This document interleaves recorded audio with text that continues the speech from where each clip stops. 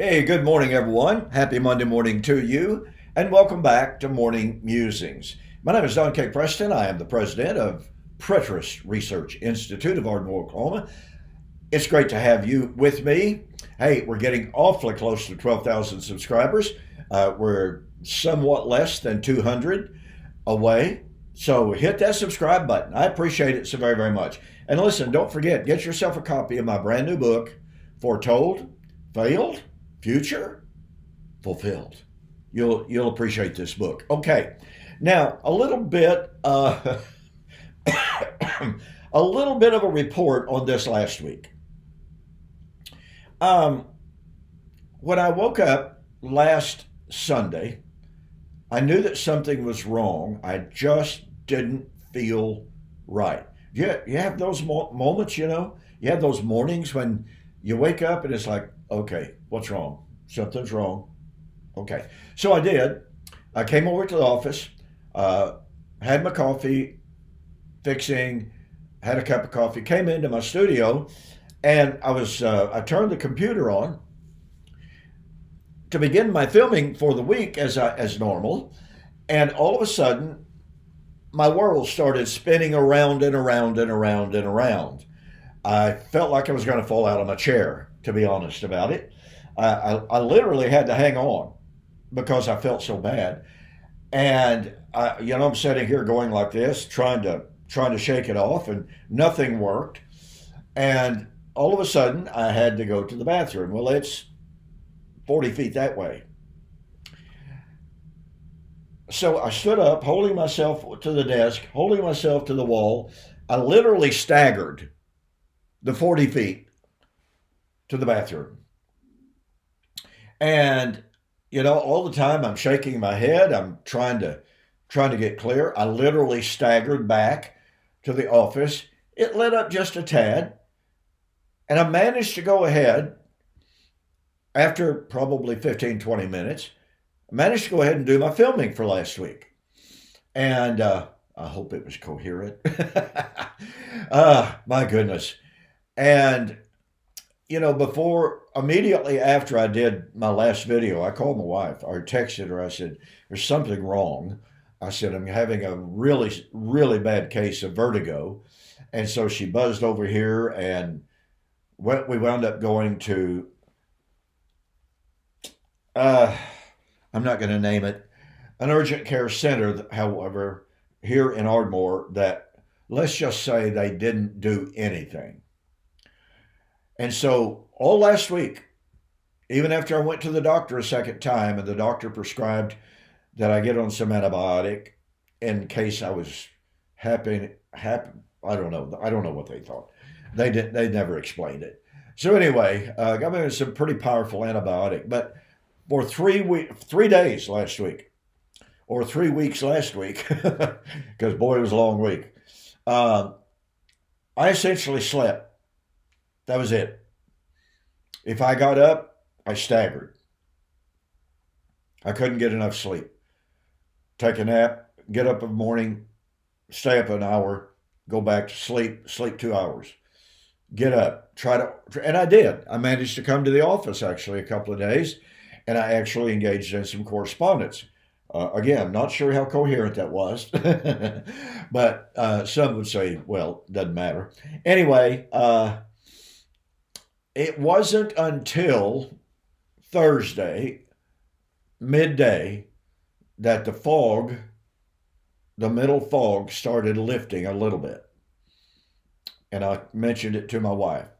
Now, by that time, I'd been taking the antibiotic a couple of days.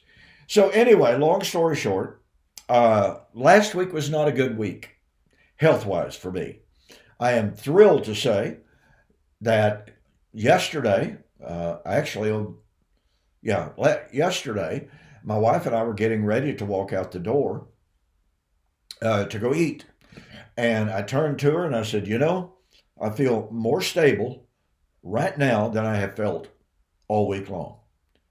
And that's the way it's been since yesterday. It's almost like flipping a switch. It was like, oh yeah, oh, yeah. And then all of a sudden it's like, oh, okay, stable. So anyway, that was my week. And due to that issue, I was not able to travel to Branson, Missouri. My brother there, who is 81 years old this week, uh, he was due to have a stent put in. He has been in very, very poor health for some time now. The doctors told him last month he had maybe 6 months to live. And he and I have always been very, very close. He's a faithful Christian. But we were supposed to travel to Missouri to be with him during, so that he could receive a stent. But I couldn't go, couldn't drive. My wife doesn't like to drive long distances. And so, needless to say, last week was not a pleasant week at all. My brother couldn't even get a stent due to the severity of the situation.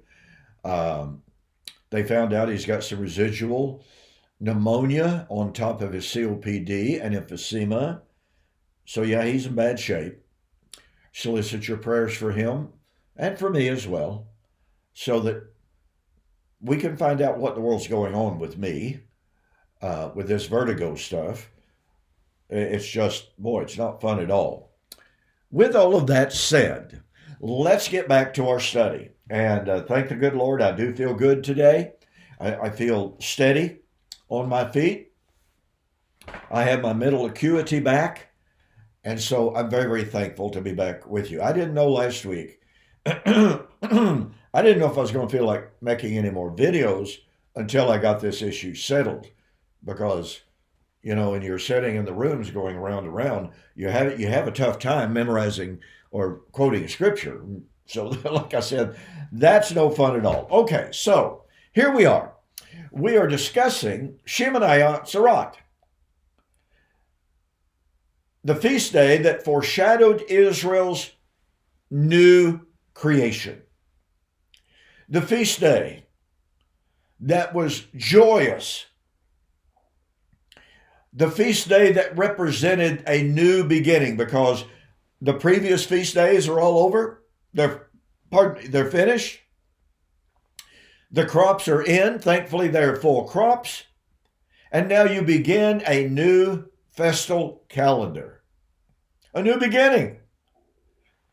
So this is one of the reasons why Shemeni Atzerat was considered so incredibly important by ancient Jews, even down to the present time.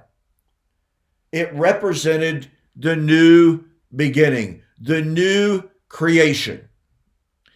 Now, I've been sharing with you, and if you watch my Now TV videos on Fridays, they're going to be a little bit of overlap, and that's okay, because what I'm sharing with you needs to be understood. Because you see, here's the deal, ladies and gentlemen. The amillennial world sees no connection between Shemeni Atzerat and new creation, eschatology. The postmillennial world sees no connection between Shemeni Atzerat, the new creation, eschatology. Gary DeMar is even on record as saying Christ in his incarnation fulfilled all of Israel's feast days. No, he didn't. Rosh Hashanah foreshadowed the judgment. I've been going correspondence with a guy on Facebook who's taken the position all of the feast days were fulfilled and removed at the cross. No, they weren't. Paul in Colossians chapter 2, 16 and 17, writing in AD 62, told the Colossians, do not let any man judge you in respect of new moon feast days and Sabbath. Why? Which are, present tense, a shadow of the good things that are about to come. Now this guy says all of the old law was removed at the cross. Well, that means it was removed for the saints, according to this fellow. Okay, so if the law was removed at the cross, taken away completely, then what does that mean?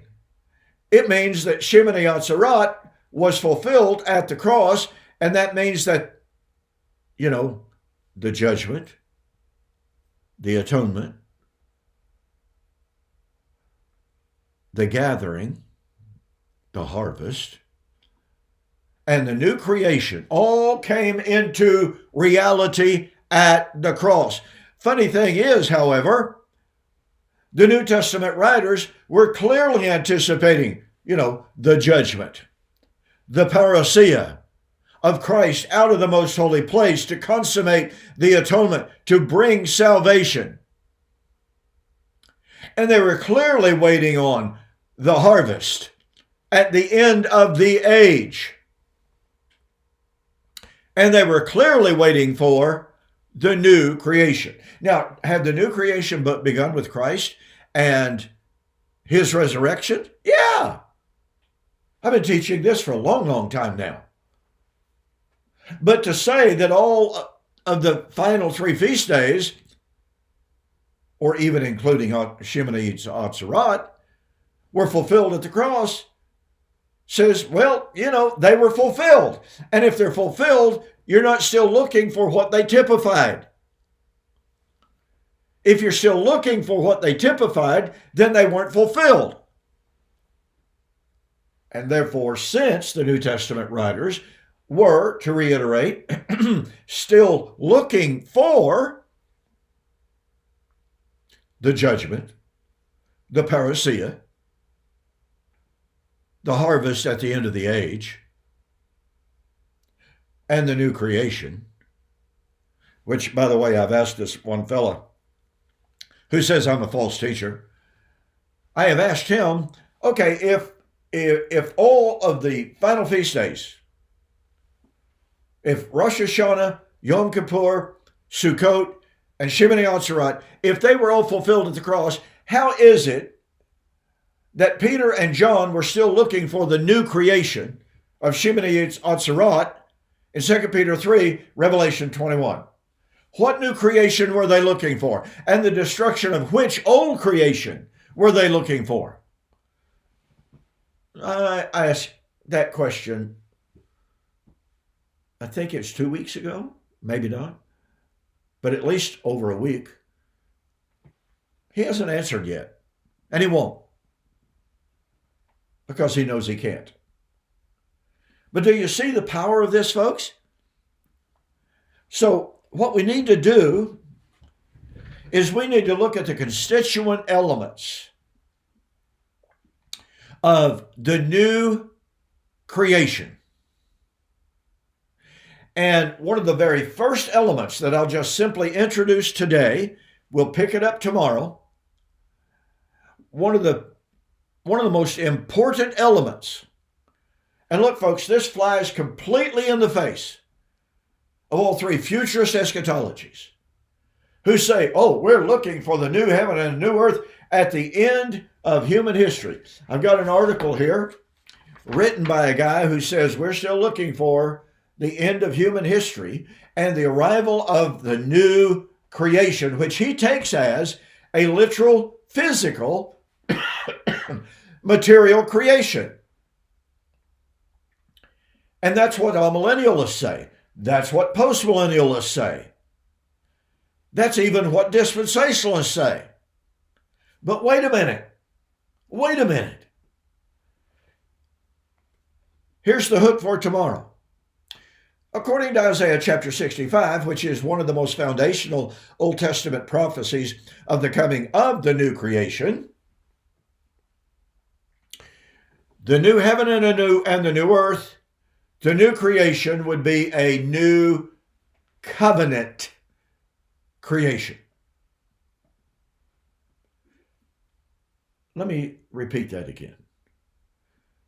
The new creation of Isaiah 65 and Isaiah 66, to be ushered in by the day of the Lord, would be a new covenant creation. Hang on to that, because boy, it is important. Hey, listen, do yourself a favor. Go to my website, get yourself a copy of my brand new book, Foretold, Failed, Future, or Fulfilled.